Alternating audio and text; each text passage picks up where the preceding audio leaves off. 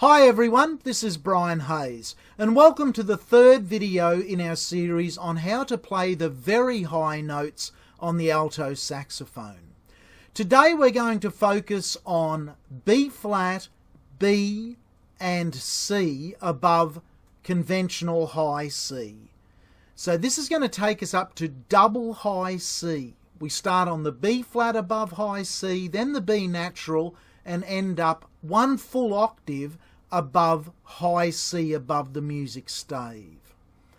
Now, as in the prior tutorials, major disclaimer, please don't attempt any of this until you've been through all of my tutorials, including how to build embouchure strength for wind instrumentalists, how to play the high notes on the alto sax, and then volume 1 and 2 in this series that looks at the true Altissimo register. Okay, assuming you've been through that material, let's look at my preferred fingering for B flat above high C. Basically what I use is the fingering out of the Jimmy Dorsey rhythmic saxophone method that was published in around 1940. It's a great book, and I believe Jimmy Dorsey's fingering for this note is as good as I've ever found. It sounds fantastic on most saxophones. And what you basically do is you play D as if it was fourth line D, so the 3 fingers down on both left and right hand, but you lift up your first finger on your left hand and you add in the high D palm key. So the palm key that you use to play D above high C, in combination with your second and third fingers on the left hand and your first, second and third on the right hand. So it's like normal D with the octave key on, lift up your index finger and add in the first of your left hand palm keys, the same one that you use to play D above high C. Okay, as we move now to B natural, the next semitone up from that, so B above high C. Again, I recommend the fingering that's in the Jimmy Dorsey rhythmic saxophone method. And Jimmy's fingering for that is second and third on the left hand, the high D and the high D sharp key, so the first and second left hand palm keys, and on your right hand, the first and third fingers. So let's just cover that again. Second and third finger plus the octave key on the left hand, add in the high D palm key and the high D sharp palm key. On the right hand, it's first and third finger. This is my favoured double high C fingering. Basically, auxiliary high F, so the normal C fingering, the auxiliary high F key plus the octave key, and the first finger on the right hand.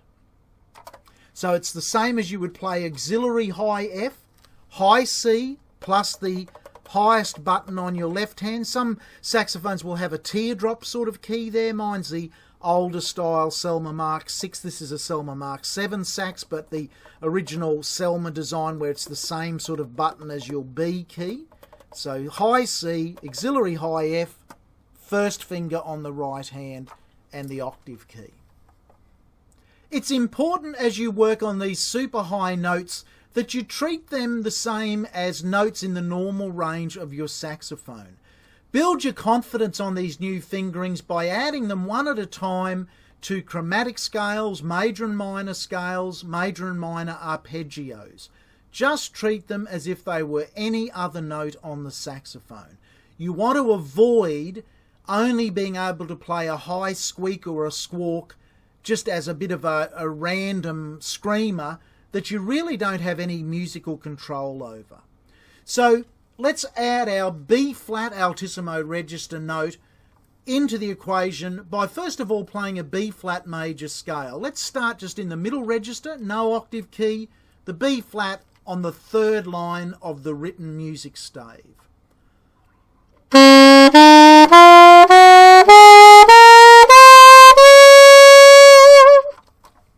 So that's B flat, C, D, E flat, F, G, A and B flat.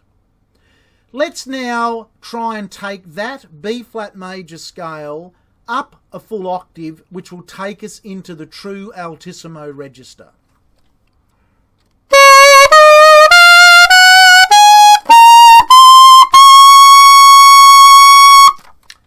And that last note, of course, was the fingering we learned earlier in this tutorial. If you're not clear of those fingerings, just rewind the video and check that out again. If we played a G chromatic scale from Altissimo G to double high C, using all of the new saxophone Altissimo fingerings we've learnt, this is what we'd end up with.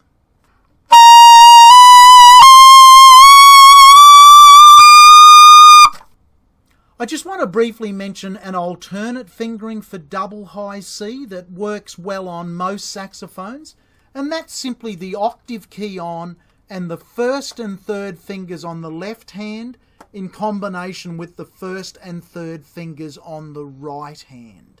So octave key 1 3 1 3. I'd like to close this tutorial by reminding you that it's the embouchure strength around the mouthpiece and the reed that greatly determines your ability to extend the range on the saxophone. Three of the most famous saxophone books that introduced high notes in the history of the instrument include these books here. The Jimmy Dorsey Saxophone Method, a school of rhythmic saxophone playing. It was published in the 1940s. It's a fantastic tutor if you're interested in becoming a better saxophone player, particularly alto saxophone, because Jimmy Dorsey was an alto saxophone player and a clarinet player, a legendary player. The great Charlie Parker, the jazz pioneer and innovator of bebop, was a huge fan of Jimmy Dorsey's playing, and the respect was mutual. Jimmy Dorsey absolutely loved what Charlie Parker was doing on the saxophone. It was very much a mutual admiration club between Jimmy Dorsey and Charlie Parker, even though they came from different eras and played different styles of saxophone. This book here, Ted Nash's Studies in High Harmonics, another Bible of high note altissimo playing, and Sigurd Reicher's Top Tones for the Saxophone, maybe the most famous of the How to Extend Your Range books. You can see the cover on this original version says the 4-octave range on the saxophone. Now, what I'd just like to share with you is that the 3 books that I've just held up, if you look at the fingerings in those 3 books for Altissimo, B flat, B and double high C, you'll find that none of the books agree on any of the fingerings. So the 3 most famous published books in many ways that extended the saxophone range way before the internet and way before you can look at clips like this YouTube clip and get the feelings of thousands of sax players around the world.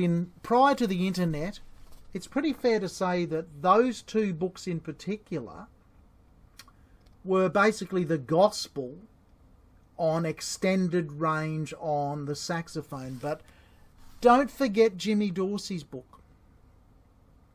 I think the best fingerings for the alto saxophone in the extended range are the ones in Jimmy Dorsey's book, and I've basically showed you those fingerings in the tutorials. In fact, the alternate double high C fingering that I just showed you in this tutorial is in fact the default fingering from the Jimmy Dorsey book. I hope you've enjoyed this tutorial and that you've got something of value from it.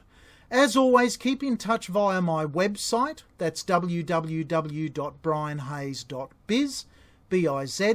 Subscribe to my YouTube channel so you can keep up to date with all of the new videos as I post them for the many instruments that I play and teach. And drop me an email if you have any fundamental questions about playing the saxophone, including the extended range on the saxophone. Bye for now.